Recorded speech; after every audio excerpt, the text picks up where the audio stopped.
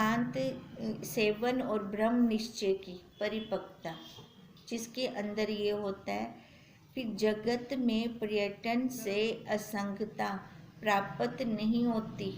देखो पहले तो वो बताया है, सबकी स्थिति अपनी अलग अलग होती है, सबकी ज़रूरत अलग अलग होती है।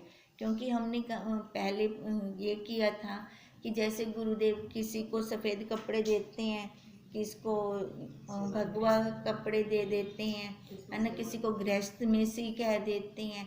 हर एक की अपनी अपनी आवश्यकता के अनुसार ये जरूरी थी। उनकी जिज्ञासा कब पैदा हो, ब्रह्म ज्ञान की जिज्ञासा कब हो, उसका कोई टाइम तो निश्चित है नहीं। अब कहते हैं जगत में पर्यटन से असंगता प्राप्त नहीं होती। हम घूमते रहें, भटकते रहें, हमें क्या, बैठे जंगलों में है, मन हमारा संसार के अंदर है, ये जरूरी तो नहीं है ना। और ना एक स्थान पर निवास बंधन उत्पन्न करता है। भी एक स्थान पे रह के भी हमें वो, मतलब हम एक जगह पे रह रहे हैं, अब ये भी जरूरी नहीं है कि हम एकांत में रह रहे हैं तो हमारे मन के अंदर कुछ बाहर का विकार ना आए। कहते हैं ये जरूरी नहीं है। बंधन और असंगता मन में रहते हैं।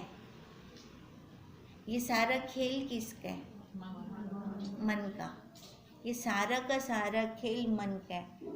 अगर मन हमारा एकाग्र है ना, फिर चाहे हम संसार के अंदर भी हैं तो भी हम अपने स्वरूप को पा जाएंगे। अगर हमारा मन एकाग्र नहीं है, हम एकांत सेवन कर रहे हैं तो भी कोसों दूर है अपने स्वरूप से, फिर भी उसको नहीं पा सकते।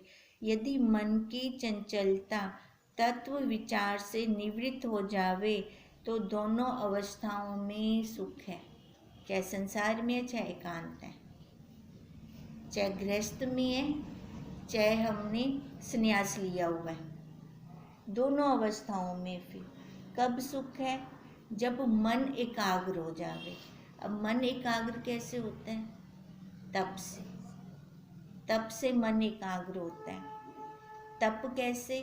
अब जंगलों में जाकर तो तप करने से रहे हम, ये जप करते हैं, सुबह अपने आप को टाइम देते हैं, सुबह उठते हैं ब्रह्म मुहूर्त में, ये सारा तप है हमारा, हम गृहस्थियों का ये सारा तप है। अब ये वाला तप करते हैं तो उससे हमें क्या फल मिलता है कि ज्ञान अंदर ठहरता है, क्योंकि अंतःकरण शुद्ध होता है। अंतःकरण शुद्ध होगा तो ज्ञान ठहरेगा, रुकेगा अंदर। ज्ञानवान का पर्यटन पवन की तरह है। अब पवन की तरह कह रहे हैं मतलब वो एक जगह रुकता नहीं है, मतलब सारा व्यवहार कर रहा है। सारा व्यवहार करते हुए वो कहाँ पर है? अपने स्वरूप में। जैसे पवन एक जगह रुकती है, बांध के दिखाएं पवन को, बांध सकते हैं? बांध नहीं सकते। ऐसी ज्ञानवान का कोई नियति नहीं होती, हम भी उसको इशारा करके बोलें कि ज्ञानवान ऐसा होता है, ज्ञानवान ऐसा होता है, हम कुछ कह ही नहीं सकते उसके बारे में। ना किसी से मोह और ना किसी से गिलानी, उसे किसी से न राग है न द्वेष है, सर्वत्र एक ही दर्शन है, सब उसके लिए एक जैसे हैं। किसी से उसको ज़्यादा विशेष प्रीति हो ऐसा नहीं है, किसी से उसको द्वेष हो ऐसा भी नहीं है। देश काल के अनुसार उसका व्यवहार होता है, पर अंदर गांठ नहीं होती, आई चलाई हो रही होती है, आई चलाई, बंधन नहीं है कोई भी उसके मन के अंदर। जहाँ लगता है किसी को डांटने की आवश्यकता है वहाँ डांट देता है, जहाँ लगता है कि इसको थोड़ा प्रेम से चल जाएगा ये, उसको प्रेम से चला देता है। अब जिसको डांटा है उसके प्रति उसके मन में द्वेष है? नहीं, द्वेष नहीं है। वहाँ पर भी उसके लिए सहानुभूति होती है कि ये चल पड़े, किसी न किसी तरह से चल पड़े। अब जैसे माँ बच्चे को थप्पड़ भी मारती है और एक दूसरे बच्चे को वो प्यार भी कर रही है तो दोनों बच्चे उसी एक ही माँ के, पर वो ऐसा व्यवहार क्यों कर रही है? क्या राग द्वेष है उसको बच्चों से? नहीं, दोनों के हित की चाहती है माँ वो। अब इसलिए कहते हैं कि वो जो ज्ञानवान है ना, उसको किसी से मोह नहीं है, ना ही किसी से उसको ग्लानि है। सर्वत्र एक ही दर्शन है, ना कहीं शुभ है और ना कहीं अशुभ है उसके लिए, ना कोई अपना है ना कोई पराया है। आश्चर्य रूप नेत्रों को खोलकर सर्वत्र प्रीतम को ही वो देखता है। फिर उसका संबंध किससे? संबंध हुआ उसका किसी से? फिर उसका तो फिर किसी से संबंध ही नहीं है। वो संबंध के लेश से अलेप है। बाजार और उजाड़, फुलवाड़ी और अरूडी में स्वच्छंद रमण करता है वो। अंतर और बाहर के भेद को निवृत्त करके एक अनुभव सत्ता, बस वही सत्ता ही देखता है। उसके लिए कुछ दूसरा हो तो उसको दिखाई दे। संबंध कहाँ होते हैं? दो के अंदर, दो में संबंध होते हैं। जब सर्वत्र एक है तो उसका कहाँ उसको जुड़ेगा, कहाँ वो रुकेगा? अहम भावना और द्वैत दृष्टि उसकी जाती रहती है ही नहीं। अहंकार ही नहीं है उसको। अहंकार कहाँ होता है? आकार में। आकार के अंदर अहंकार होता है। अगर आकार को मैंने दृढ़ मान रखा है ना, नाम रूप को दृढ़ मानना है, तब अहंकार आएगा मेरे को। उसने मेरे को ऐसे क्यों बोला, उसने मेरे को ऐसे क्यों कहा? क्योंकि वो सामने वाला जो कह रहा है मेरे तो इस आकार को कह रहा है। अब अपनी स्थिति कहाँ पर है? कहते हैं वो ज्ञानवान को अपने अहम पर तो रुकता ही नहीं है, अपने अहंकार पर वो रुकता नहीं है, और उसके अंदर कोई दूसरी भावना होती ही नहीं है। उसकी दृष्टि में सब देश और विदेश एक ही है, अलग अलग नहीं है। ये मेरा देश है, वो बाहर वाला है। कहते हैं नहीं, ऐसा नहीं होता। विदेश और स्वदेश दोनों ही, वैसे देखें तो क्या है ये दोनों? हाँ, कल्पना की है, कल्पना की है मैंने, कल्पित है ये मेरे। ये मेरा भारत है, ये बाहर है, ये फॉरेन है। ये इंडिया है, ये फॉरेन है। ये कल्पना, नहीं तो उसने कहाँ सीमा बनाई? ये तो हमने बनाई हुई है ना। ये राजपुर है, ये पटियाला है, ये चंडीगढ़ है। ये हमने बंटवारा किया हुआ है। नहीं तो उसकी धरती और आकाश देखो एक समान है। धरती में कहीं टूट नहीं है, उसने कहीं बॉर्डर नहीं बना रखे। और आकाश देखो, आकाश भी सब एक जैसा है सब जगह पे। कहते हैं वो ऐसे विचरण करता है वो ज्ञानवान।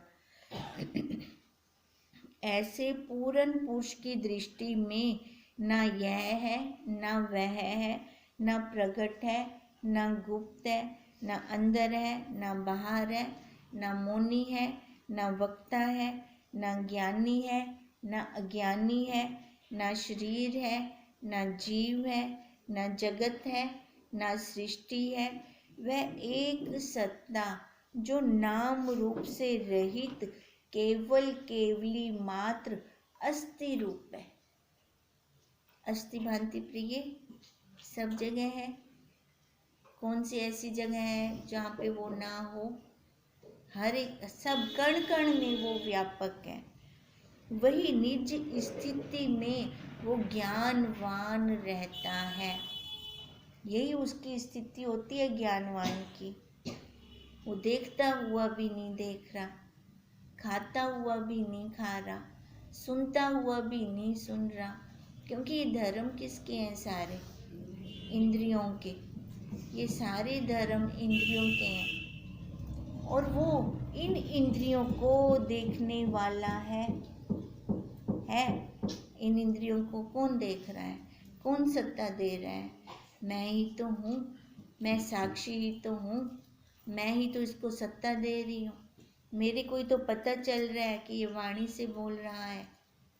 मेरे को पता चल रहा है, ये आंखों से देख रहा है। अगर हम इसमें मिलते नहीं है ना, तो हम असंग हैं इससे। अगर हम मिल जाते हैं तभी तो रूले पड़े हैं। जन्म जन्म से हम घूम रहे हैं। क्यों घूम रहे हैं? क्योंकि हम मिले पड़े हैं इसके साथ। अब हंस दृष्टि दी है गुरुदेव ने। हंस दृष्टि, दूध पानी अलग अलग, अब इसको अलग अलग करके हंस दृष्टि तो ले ली। हंस दृष्टि किसकी है? साधक की है, जिज्ञासु की है, जो पुरुषार्थ कर रहा है, जो चल रहा है। हंस दृष्टि में से परम हंस बनना है। परम हंस कौन है? जो चल पड़ा है, जिसने अलग अलग कर दिया है। तभी हम गुरुदेव को कैसे उपाधि देते हैं परम हंस की? वो इसलिए देते हैं क्योंकि उन्होंने ये अलग अलग कर दिया है, इसका निखेड़ा कर दिया है। इस प्रकार पर्यटन व यात्रा में प्रवृत्त महात्मा को सर्वत्र आनंद है। अब उसका प्रश्न यही था कि ज्ञानवान के लिए एक स्थान पर निवास उत्तम है या पर्यटन उत्तम है, यही था। अब आंसर क्या दिया? चाहे वो एक स्थान पे रह रहा है, चाहे वो पर्यटन कर रहा है, पर जिसका मन एकाग्र है वही पुण्य आत्मा है, वही ज्ञानवान है, वही महात्मा है। अब उसके लिए कोई बंधन नहीं है कि ज्ञानवान एक जगह पे रहेगा, ज्ञानवान पर्यटन नहीं कर सकता। ये बंधन है ही नहीं उसके लिए। बंधन किसके लिए है? जीवों के लिए है। जीव करते हैं, जीव लेते हैं बंधन में अपने आप को। नहीं, मेरे को उसको प्राप्त करना है, मेरे को ब्रह्म रूप में रहना है, मैं ब्रह्म हूँ, है ना। ये बंधन में लिया, उसके लिए मेरे को माला करनी है, ये हमने जप में ले लिया। फिर जब हम करते हैं तो वो हम तप में ले लेते हैं। ये तप लेकर, जप तप लेकर हम अपने मन को एकाग्र करते हैं। जब मन एकाग्र होता है तब समझ आता है, तब ये राज खुलता है हमारा कि मैंने जन्म क्यों लिया, क्यों ये शरीर मिला, ये आकार मिला। उसका हम धन्यवाद करें कि उसने हमें मनुष्य शरीर में तो दे दिया, मनुष्य शरीर तो दिया उसने हमें, उसका हम धन्यवाद करें। क्योंकि मनुष्य शरीर के बिना हम अपना काम नहीं बना सकते। देखिए 84 लाख योनियाँ, 84 लाख योनियों में कौन बना सकता है? कौन अपने स्वरूप को पा सकता है? मनुष्य ही तो है बस, और तो सारा बंधन ही बंधन है। हम कहें देवता, वो भी बंधन है, पुण्य कर्मों का फल भोग रहे हैं। जब वो खत्म होंगे तो नीचे गिराए जाएंगे। हम स्वतंत्र हैं, हम जो कुछ मर्जी कर सकें, चाहे तो अपना ये लास्ट जन्म कर दें या अपने जन्मों की यात्रा शुरू कर दें, हमारी मर्जी है, हमारे हाथ की बात है। पर हमें देखना है कि हम संकल्प क्या छोड़ रहे हैं। जो हम संकल्प छोड़ते हैं वही फलीभूत होते हैं। जाने अनजाने में भी हम कुछ न कुछ ऐसे संकल्प छोड़ देते हैं। हम कृष्ण जी की गाय ही बन जाएं, क्यों बने भी गाय, सीधा कृष्ण जी ना बने। हम अपने संकल्पों को देखें, वहाँ की मिट्टी बन जाएं, क्यों बने भी मिट्टी हम। ये हम जो संकल्प छोड़ते हैं ना, हमें पता नहीं चलता। सीधा कृष्ण जी क्यों ना बने हम राधा जी क्यों ना बने हम। ये कृष्ण और राधा तो आकार को कहा गया है ना, वास्तव में तो वो तत्व है। उस तत्व में क्यों ना लीन हो हम। अपने संकल्पों को देखा करें, कैसे हम संकल्प छोड़ते हैं। अब इसलिए कह रही हैं, निवास और स्थिति के समय संत पर्वत की तरह होते हैं। चाहे वो निवास कर रहे हैं, कहीं मर्जी हैं, चाहे वो अपने स्वरूप में है, दोनों अवस्थाओं में वो डगमगाते नहीं। जैसे पर्वत अचल है, एक जगह स्थित है, ऐसे ही हम भी, हमारे लिए है ये सारा उपदेश, किसी दूसरे के लिए नहीं है। ये कहते हैं, दुख और आपदा की पवन उसको रंचक मात्र भी विक्षिप्त नहीं कर सकती। किसको? ज्ञानवान को, जो अपने स्वरूप में रुका है, किंतु दुख स्वयं उसके संग से रुक जाता है। दुख आता ही नहीं है उसके पास, देख लेता है उसको, यहाँ पे मेरी नहीं चलने वाली।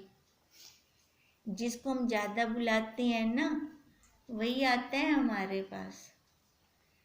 हम दुख को अगर ना बुलाएं तो वो आएगा नहीं।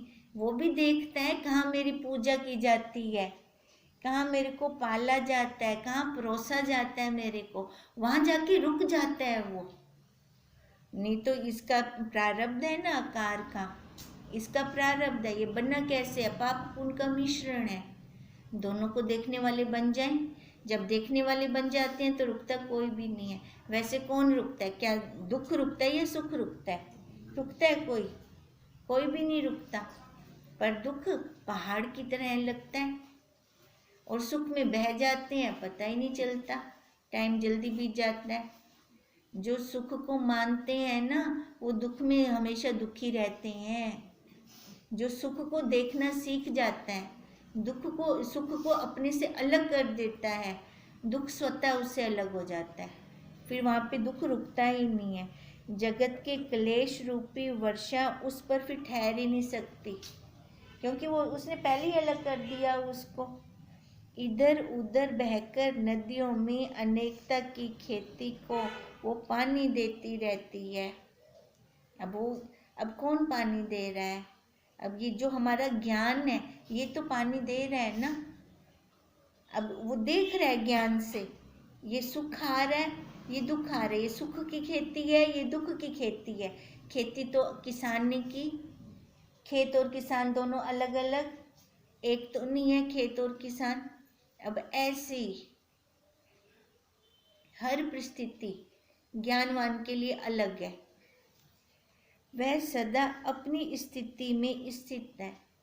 शांति और धैर्य की निधि सदा एक रस, और शांति और धैर्य उसका खजाना है।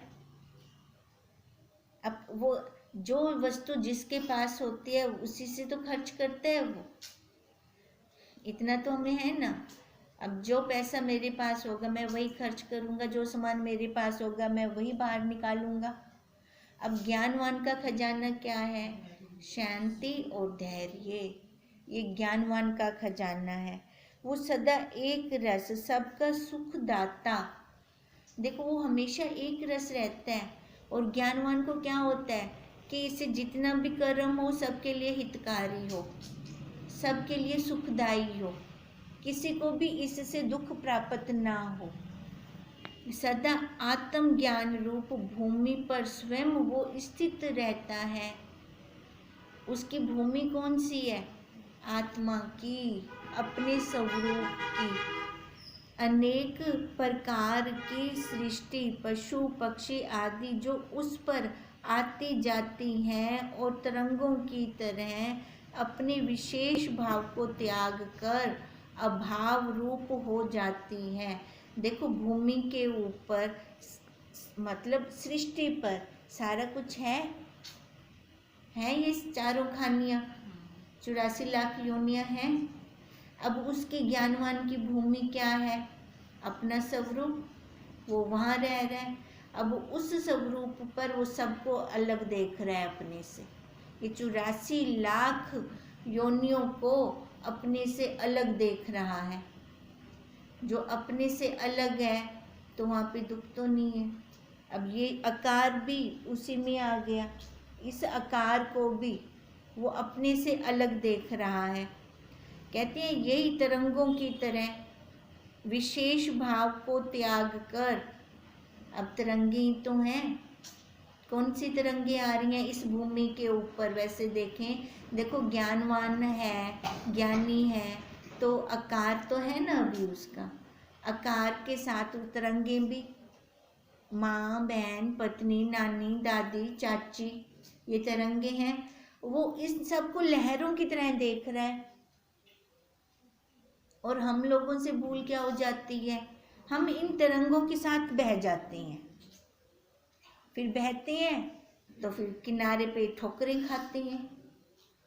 फिर ठोकर लगती है, बोला सजगता ऊंधी भी एक क्या थी गया, ठोकर खाते सजगता गिद्दी तक क्या गिद्दी, लहर तट पे जाके टकराती है फिर वापस जाती है, ऐसे होता है लहर को, देखा होगा आपने। अब हम भी अगर उस लहर के साथ बह जाएंगे तो वहाँ तट मतलब उपाधियों में ठोकरें खाकर फिर वापस आएंगे, फिर फायदा नहीं है ना उस चीज का। अगर उस तरंग को मैं अपने से अलग देख रही हूँ, उसके साथ नहीं बहती, तो ठोकर नहीं खाऊंगी। कहते हैं ऐसे जो ज्ञानवान है वो तरंगों की तरह अपने विशेष भाव को, ये अलग से विशेष भाव बनाया ना हमने, उपाधियों वाला, माँ वाला, बहन वाला, पत्नी वाला, ये विशेष भाव को त्याग कर कैसे रहता है, अभाव रूप। अभाव मतलब इन सब का उसको अभाव होता है, इस संसार का अभाव होता है। तो भाव किसका हुआ फिर? अपने स्वरूप का। अपने स्वरूप के भाव में वो रहता है। अथवा जीवन रूप चिंगारी मृत्यु रूप राख हो जाती है। फिर उसको क्या लगता है? जीवन रूप चिंगारी। देखो ये सारी हम चिंगारियां ही हैं। अब ये चिंगारी मतलब ये जो आकार है वैसे भी खत्म हो रहा है, चाहे इसको ज्ञान से खत्म करें चाहे अज्ञान से, खत्म हो रहा है। अब कहते हैं वो इस जीवन रूप चिंगारी को, मतलब एक बिजली की तरह चमक को इसको देख रहा है। जितने ये जन्म हो रहे हैं उसकी नज़र में क्या है, ये एक चिंगारी है, एक चमक है, जैसे बिजली की चमक निकलती है। अब वैसे ही इसको देखकर, इस आकार को देखा तो क्या देखा, जन्मों की जो ये चमक देखी, बिजली की तरह देखी, इसको क्या समझा, ये राख, ये किसी काम की नहीं है, राख ही तो हो रही है। अब कहाँ है वो इंद्रियों में पहले वाली शक्ति है? वो पहले वाला आकार कहाँ है? कैसे स्किन लूज होती जाए, अपने आप छोड़ दी बेंदी है। मैं इसको छोड़ने की कोशिश कर रही हूँ नहीं ना, अपने आप छोड़ रही है, ये अपने आप लैक को जा रही है। कहते वो ज्ञानवान पहले इसको राख समझ लेता है, जब राख बने तब समझे इसको राख। नहीं, ज्ञानवान की दृष्टि में ये पहले ही शव है, पहले ही इसको शव समझ रहा है। 4 लोग कंधे पे उठाकर ले जाएंगे तब शव होगा? नहीं, अभी इस शव को उठा के मैं चल रही हूँ। कैसे उसका आकार बना दिया है, जैसे पशु पक्षियों को बांधने का एक वाड़ा कहते हैं ना, होता है ना। अभी ये उसका घर, वो उनका घर होता है, ये हमारी साक्षी का घर है, ये इसका घर है। इस घर की देख रेख करनी है तो उसके नाते से करनी है, अहम करके नहीं करनी, मैं करके नहीं करनी है। तो ये उसका घर है, तभी हमने शाम करनी है। देखो भावों में परिवर्तन है, देख रेख इसकी वैसे की वैसे ही होगी, जो मैं करके होगी वैसे की वैसे ही उसका कर रही हूँ, अब भी वैसे की वैसे ही होगी, कोई इसमें अंतर नहीं आएगा। पर भावों में कितना परिवर्तन, एक बांधने वाला भाव है, एक छुड़वाने वाला भाव है। इसलिए कहते हैं वह एक अगाध समुद्र के समान है और अनेक प्रकार के नाम रूप सृष्टि तरंगों की तरह उसमें प्रकट हो रही है और लीन हो रही है। हम लीन भी कहाँ हो रहे हैं? उसी में लय हो रहे हैं ना, कोई अलग तो नहीं है। तरंग कहाँ लय होगी? जल में। निकलेगी कहाँ से? उसी जल में से ही निकलेगी। हम भी निकले तो उसी जल में हैं, पर भावों के कारण बाहर निकल गए। देखें तो लय भी वैसे तो उसी में ही हो रहे हैं, उससे अलग लय हो ही नहीं सकते, पर भाव बना दिया। अगर उसी भाव में इसका अंत हो गया तभी तो ये जन्म पे जन्म हो रहे हैं हमारे, नहीं तो ये जन्म हैं थोड़ी हमारे, हैं ही नहीं। क्यों नहीं है? क्योंकि मैं तो वही सत्ता हूँ। उस सत्ता का ना जन्म है ना मरण है, कुछ भी नहीं है। अगर हम भागों में परिचिनता में बट जाते हैं तभी हम अलग अलग हो रहे हैं, खंड खंड हो रहे हैं, नहीं तो वो एक अखंड अकेला केवल केवली भाव है उसमें बस। तभी कह रही हैं कि वो निश्चल है, निर्विकार है, स्वस्थ है, सबका दृष्टा है। अब हमारी मर्जी है, मैं सबका दृष्टा बनूं या दृश्य बनूं, मर्जी हमारी। मैं क्या बनना चाहती हूँ, हम चाहते क्या है? दोनों भावों में परिवर्तन आने से एक भिखारी एक राजा। हम क्या चाहते हैं? राजा बनना। राजा बने हम, भिखारी क्यों बने? सबके आगे भीख क्यों मांगे? अब कहते हैं ये हमारी अपनी दृढ़ता पे निर्भर करता है। ऐसे समुद्र में नाम रूप तरंगों के भाव अभाव से विशेषता और न्यूनता प्रवेश कर ही नहीं सकती। समुद्र के लिए सारी तरंगे एक समान है। उसको कौन सी तरंग अच्छी लग रही है और कौन सी बुरी लग रही है, क्योंकि उसी से तो निकली हैं ये तरंगे। अब एक ही माँ को सारे बच्चे एक समान, क्योंकि उसी से तो निकली हैं। किसको अच्छा बोले और किसको माड़ा बोले, ऐसे 84 लाख योनियाँ उसी में से तो निकली हैं। कौन सी उसके लिए बुरी है और कौन सी अच्छी है? सारी एक बराबर है उसके लिए, पर कर्मों के अनुसार वो आकार ले लिया है सबने। सबके कर्म एक समान नहीं है ना, सबके कर्म अलग अलग हैं। अब कर्म अलग अलग हैं तो आकार भी अलग अलग हैं। ये 84 लाख योनियाँ निकली वहाँ से हैं। उसको कोई माड़ा नहीं है, कोई अच्छा नहीं है उसके लिए। ये हम फैसला करते हैं कि मेरे को आगे कौन सा कर्म लेना है, मेरे को आगे क्या लेना है। ये हम में से निकल रहा है। ये ऐसा महात्मा पुरुष सत्ता समान रूप भूमि पर निरअहंकारता से उन्होंने क्या किया हुआ है? अपना आसन बिछा लिया है, निरअहंकार रूपी सत्ता समान भूमि पर। ये किन्होंने बिछाया है आसन? महात्मा पुरुषों ने, महान आत्माओं ने। हम भी बिछा सकते हैं, हमें वो मना थोड़ी कर सकते हैं कि आप मत बिछाओ, ये आपके लिए नहीं है। अगर वो ऐसा कहेंगे तो वहाँ पे तो राग द्वेष आ जाएगा। उनके लिए तो सभी एक समान है, कोई विशेष प्रिय है ना, कोई उनको विशेष गंदा लग रहा है ना। सारे उसी से प्रकट हुए हैं, उसी में लय हो रहे हैं सारे के सारे। जैसे समुद्र में से सारी लहरें आ भी रही हैं और उसी में लय भी हो रही हैं। समुद्र के लिए सारी वो एक समान है। ऐसी उस सत्ता के लिए हम जितने भी आकार हैं, खानियाँ हैं, योनियाँ हैं, एक समान है उसके लिए। ये अलग अलग जो हमें दिखते हैं तो हमें कैसे दिख रही हैं? अपनी समझ से दिख रही हैं, नहीं तो जैसी दृष्टि वैसी सृष्टि। सारी वही की वही है, एक समान सत्ता ही सत्ता है। वही कहते हैं, वही निरअहंकार रूपी आसन बिछाकर अनिश्चितता का तकिया लगाकर स्थिति रूपी बैठक जमाकर विराजमान है। अपनी स्थिति में ज्ञानवान विराजमान रहते हैं। पर की स्थिति है ना, जितना भी पर है, पर पे रुकना क्यों? पर पे रुकना क्यों? रुकना है तो अपने स्वरूप में रुकना है।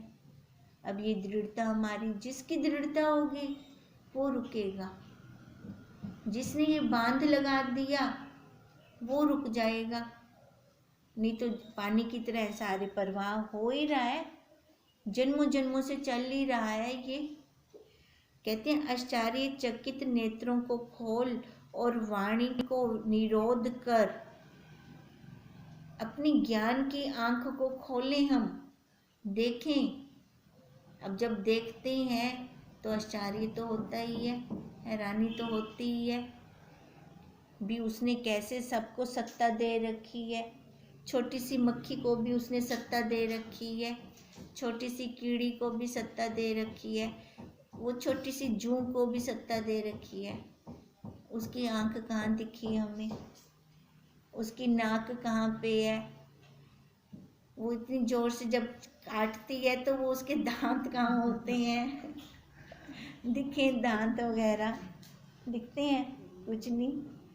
और सिंह को देखो, उससे छोटा, और इतनी अलमीरा खा जाती है, कहाँ उसके दांतों में आरी लगी पड़ी है। कौन, हम तो लकड़ को काटेंगे तो आरी लेंगे, बाहर से सामान लेंगे, उसने क्या लिया, कैसे उसको भी वो सत्ता दे रहा है।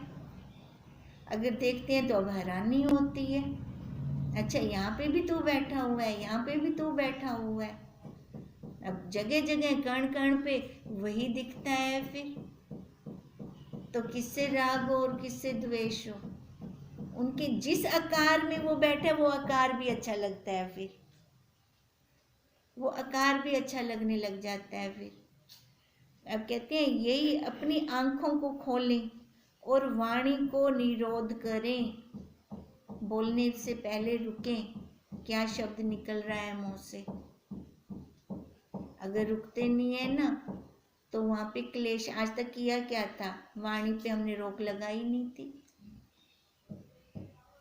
वाणी पे रोक लगाते हैं तो रुकते भी हैं। किसको बुरा बोलें, किसको बुरा बोलें? अपने आप को कभी हम बुरा बोलते हैं? स्वप्न में भी नहीं बोलते अपने आप को बुरा। जब ये सारा मैं ही हूँ तो किसको बुरा बोलूं? तभी कहते हैं वाणी को निरोध करें, द्वैत भावना से रहित अपने प्रकाश का मैं आप ही दृष्टा हूँ। जब देखूंगी, रुकूंगी, तब दिखेगा ना मेरे को अपना स्वरूप। चलते चलते क्या दिखेगा? गाड़ी चल पड़ी है, कोई अच्छे से कुछ दिखता भी नहीं है, सारे वो भी ऐसे लगते हैं भाग रहे हैं साथ के साथ, पर वो भाग्य तो नहीं ना। अब जब रुकती हूँ तभी सामने कुछ अच्छे से देख पाती हूँ। अब ऐसे जब रुकूंगी, अपने स्वरूप में रुकूंगी, ज्ञान के नेत्र से देखूंगी बाहर, तो सारा वही लगेगा। तभी तो राम राम बोलते हैं, राम राम, तू भी राम मैं भी राम, कोई दूसरा है ही नहीं, क्या बोले हैं फिर। अब वो कहते हैं मुर्दे के पीछे राम बोलो भी राम उसके लिए बोल रहे होते हैं, अपने लिए बोल रहे होते हैं। भी देख भी होता चलिया वेंदा भी हूँ, तू तो राम राम बोल गए, तू तो बोले राम राम, कहीं यही तेरे काम आ जाए ये दो शब्द।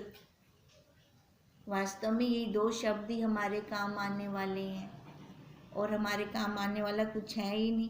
ना पृथ्वी, ना आकाश, ना देश, ना काल, ना धर्म, ना अधर्म, ना मत, ना मतांतर, ना नाम, ना चिन्ह, ना भरम, ना संशय, ना स्रोत, ना जीवा, ना स्वर्ग, ना नरक, और ना लोक, ना परलोक, सबसे रहित। वो कहीं है ही नहीं उसके अंदर कुछ, क्या गिने उसके अंदर क्या है। ये सारा कुछ एक की अपेक्षा से है। लोक बोला तो परलोक खड़ा है सामने, दुख बोला तो सुख खड़ा है, शुभ कहा तो अशुभ खड़ा है, एक की अपेक्षा से दूसरा खड़ा है। कहते हैं उसके अंदर कुछ भी नहीं है। वो कैसे अद्वैत, वो अपने आप में स्थित है। वो अद्वैत, वो अपने आप में स्थित है। वो कहाँ पे है? भीतर है, तो उसको वो क्यों बोले, है ना, उसको वो क्यों बोले हम? वो है ना, इधर है, वो मैं हूँ। इस आकार वाले को मैं ना बोले, वो मैं साक्षी, मैं आत्मा, मैं आत्मा, तो मैं परमात्मा। परमात्मा कोई भी आए, मैं ही हूँ, मैं ही परमात्मा। तो क्या दिखता है? मैं परमात्मा हूँ, ये क्या दिखता है? देखेंगे तो दिखेगा, अनुभव होता है, वो अनुभव करेंगे तो कहेंगे, नहीं तो आज तक हम क्या ही मान रहे हैं अपने आप को। माँ बहुत जल्दी दिख दिए, पत्नी बहुत जल्दी दिख दिए, है ना, संबंध ये बहुत जल्दी दिखते हैं। आज तक यही माना है हमने अपने आप को, कभी परमात्मा नहीं माना हमने। परमात्मा तो छोड़ो, कभी आत्मा माना है? बताओ, कभी आत्मा तक भी नहीं मानते हम इसको। आत्मा माने तो परमात्मा तो अपने आप ही बन गया। एक चीज का मन गिनो, एक चादर दा अगला छोर, एक पिछला, एक ता पकड़ गिनो, दूजा अपने आप हाथ में आवे से। दोनों का पुरुषार्थ नहीं करना पड़ेगा, एक कर ले। वैसे देखा जाए तो वो भी नहीं है, वो तो स्वतः ही है, हम स्वयं में वो। पुरुषार्थ है तो उसको जीव मानने का छोड़ना, यही पुरुषार्थ है। जो जीव भाव है ना, इसको छोड़ने का पुरुषार्थ है। खाली ये छोड़ दें जीव भाव, वो स्वयं हम हैं, वो हमारा स्वरूप है। जो चीज हम हैं वो नहीं दिख रही, लानतें ही देते बोला। जो है दिख नहीं रही, जो नहीं है वो दिखता है। सबसे बड़ी मुसीबत है ये। अब इसको काटना है। कहते हैं इस प्रकार निवास काल में सदा प्रसन्न रहें। वर्तमान में क्यों न प्रसन्न रहें, क्यों दुखी रहें? पीछे की, भूत की या भविष्य की डूब मर से हो। भूत की सोचते रहें, भविष्य की सोचते रहें, डूबना है, उन्हें पक्का डूबना है बोला। जो वर्तमान को नहीं पकड़ता ना, वो सफल नहीं हो सकता। आज का ही हम खराब कर रहे हैं। आज हमारे पास सारा कुछ है, कोई कमी नहीं है। भूत को लेकर दुखी हूँ या भविष्य की चिंता है, भी चिंतन कर ले, आज का चिंतन कर ले। आज क्या कमी है तेरे पास? आज कोई कमी नहीं है हमारे पास, आज कोई भी कमी नहीं है। अगर आज वर्तमान में जीना सीख जाएंगे, हमेशा प्रसन्न रहेंगे। फिर हम संत में पर्यटन और निवास दोनों समान हैं। अब यही प्रश्न था, उसको कुछ विशेष नहीं लगता। जो अपने स्वरूप में स्थित हो गया है, उसको कुछ विशेष नहीं लगता।